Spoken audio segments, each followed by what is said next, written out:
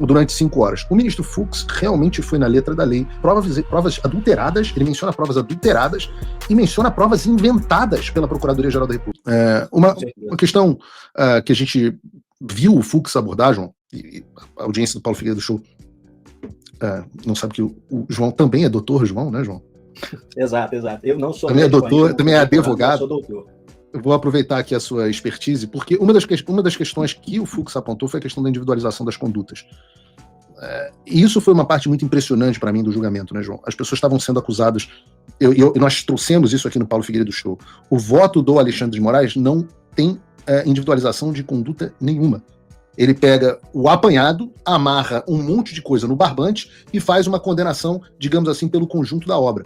O ministro Fux, na forma que ele constrói o voto dele, né, ele diz que você não pode utilizar um contexto multitudinário em responsabilidade solidária penal, que nessa linguagem aí que essas pessoas, esse idioma interessante que essas pessoas falam, basicamente significa que você não pode amarrar tudo num barbante e julgar e culpar alguém pelo conjunto da obra, que foi o caso do presidente Bolsonaro. A minha pergunta para você reparou essa diferença? O ministro Fux fazendo, e fica à vontade para entrar comentando, o ministro Fux fazendo, o voto dele foi tão longo justamente porque ele foi réu a réu, imputação criminal por imputação criminal, e destruiu fato a fato dessa farsa que foi criada. Não, com certeza. Um dos princípios mais importantes do direito penal é que tanto a pena quanto os crimes sejam individualizados. Você não pode pegar 3 indivíduos que cometeram um mesmo crime e se um deles cometeu mais um ou outro, você imputar a todos os outros os crimes cometidos por aquela pessoa. Então, tem casos muito tristes sobre isso em julgamento no Supremo Tribunal Federal. O próprio caso da Débora, né? Uma Sim. das agravantes, no caso da Débora, é o emprego de arma de fogo. Só que não foi encontrada nenhuma arma de fogo com a Débora. Então, meu Deus do céu, como é que ela pode ser condenada por uma conduta que ela não teve? Mesmo caso, pasmem, no caso do Bolsonaro, né, eu vi que pouca gente prestou atenção a isso, mas também existia esse agravante do emprego de arma de fogo, que foi tratado pelo ministro Luiz Fux ontem, no julgamento do Jair Bolsonaro. Só que, se você pega o caso... porque ele faz assim, ó. Autos, não tem arma de fogo. Não, mas ele faz assim direto. Esse negócio de fazer essa pose da arminha, é isso. É verdade, né? A arma de fogo é aqui, né? O problema é que você virar arma de fogo, assim. Vira o L, né? Aí não pode. No L é que o sujeito é tão burro que ele dá um tiro na própria boca. Exato, mas não foi encontrada nenhuma arma de fogo com o presidente Bolsonaro, então como pode ser o caso de se aplicar um agravante ao presidente se não houve arma?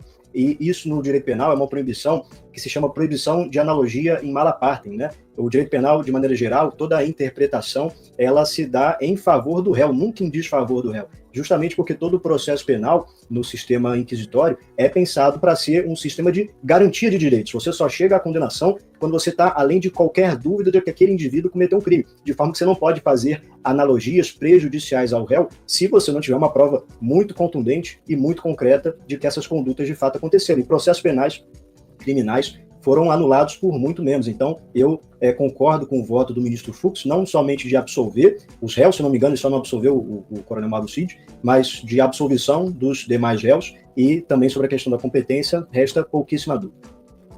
Agora, um ponto aqui, honestamente, isso não está no nosso script, mas aqui um bate-papo para a gente fazer, foi que muita gente criticou o ministro Fux porque ele, nessa questão da incompetência de foro, que a gente explicou aqui no início do programa, que eu acho que eu entendi bem, né, João? A incompetência de foro significa que aquele tribunal não era o tribunal correto para julgar o presidente Bolsonaro. Eu não entendi nada do que a doutora falou, mas acho que é mais ou menos isso, né? Aquele tribunal não era uma questão muito técnica, né, do direito, e por isso, no linguajar mais jurídico, é difícil mesmo de quem não tem uma formação nesse sentido entender, só que, basicamente, o que quer dizer existe um princípio que é o princípio do juiz natural, que foi o princípio invocado pelo ministro Fux no dia de ontem. E você tem 2 tipos de competência, né? Competência absoluta e relativa. A absoluta é tão séria que ela tem que ser arguida de ofício, inclusive pelo próprio juiz. Então, não é uma coisa que pode ser derrogada, não é uma coisa que pode ser tratada no processo, o processo chegar ao fim, condenação, trânsito julgado e nada acontece. Não, a incompetência absoluta do foro e do juízo faz com que, de fato, o processo seja anulado desde, no caso dos réus do golpe da Disney, desde o recebimento da denúncia. Então, o que quer dizer o ministro Fux é que o Supremo Tribunal Federal tinha um entendimento. E a gente viu aqui que as analogias no direito penal não podem ser aplicadas em desfavor do réu. Quando os supostos crimes que eles apontam, que o pseudo-juiz Alexandre de Moraes e o Paulo Gonet apontam na denúncia ocorreram, o entendimento do Supremo Tribunal Federal é de que eles não poderiam ser julgados no Supremo.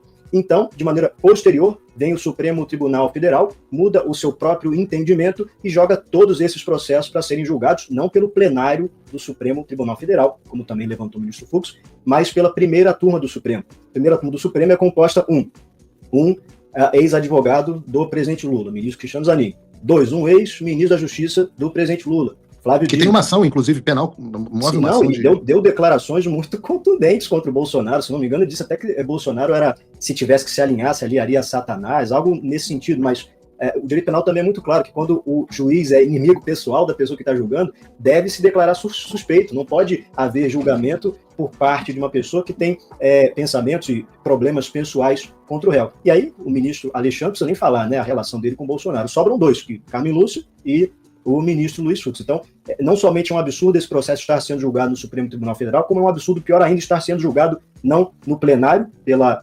integridade dos ministros que compõem a corte, mas sim pela primeira turma, que é composta de uma série de desafetos do presidente Bolsonaro.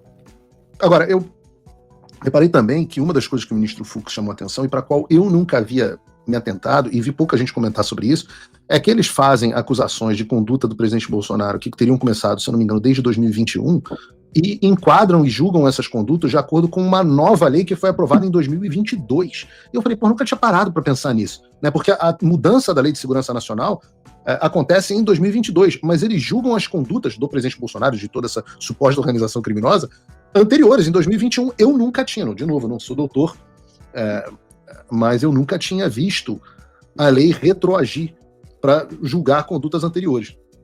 Paulo, isso é um negócio que você aprende muito tarde na faculdade de Direito. Acho que você aprende logo no segundo período, na primeira aula de Direito Penal. O princípio corolário do direito penal, não só brasileiro, mas ocidental, de forma geral, é igual nos Estados Unidos, na França, no Reino Unido, é o princípio da legalidade. O princípio da legalidade no direito penal diz que não há crime sem prévia previsão legal, ou seja, tem de haver uma lei definindo a conduta, tipificando, e não há pena sem prévia cominação legal. Ou seja, não basta que exista a lei, há de existir, ao tempo do cometimento do ato delituoso, uma pena aplicada àquela conduta. Por isso mesmo, no direito penal, existe um outro princípio que diz que a lei não poderá retroagir em desfavor do réu. A única hipótese em que a lei penal pode retroagir é quando é para beneficiar o réu. Então, o que a gente vê é que o voto do ministro Luiz Fux é o voto de um juiz que está preocupado com a lei, preocupado com a Constituição, que eles juraram defender no Supremo Tribunal Federal. Os outros votos já parecem mais votos de opiniões pessoais, de militância política, já não se parecem nem um pouco com os ensinamentos que nós aprendemos nas salas de direito. Eu achei isso muito interessante. Estava acompanhando, inclusive, o voto da Carmen Lúcifer agora. De um modo geral, o voto do Flávio Dino teve 1h30, foi basicamente um discurso político. O voto do Alexandre de Moraes, eu não vi nenhum apelo à lei, nenhum apelo a grandes juristas, nenhum apelo à jurisprudência, nada disso.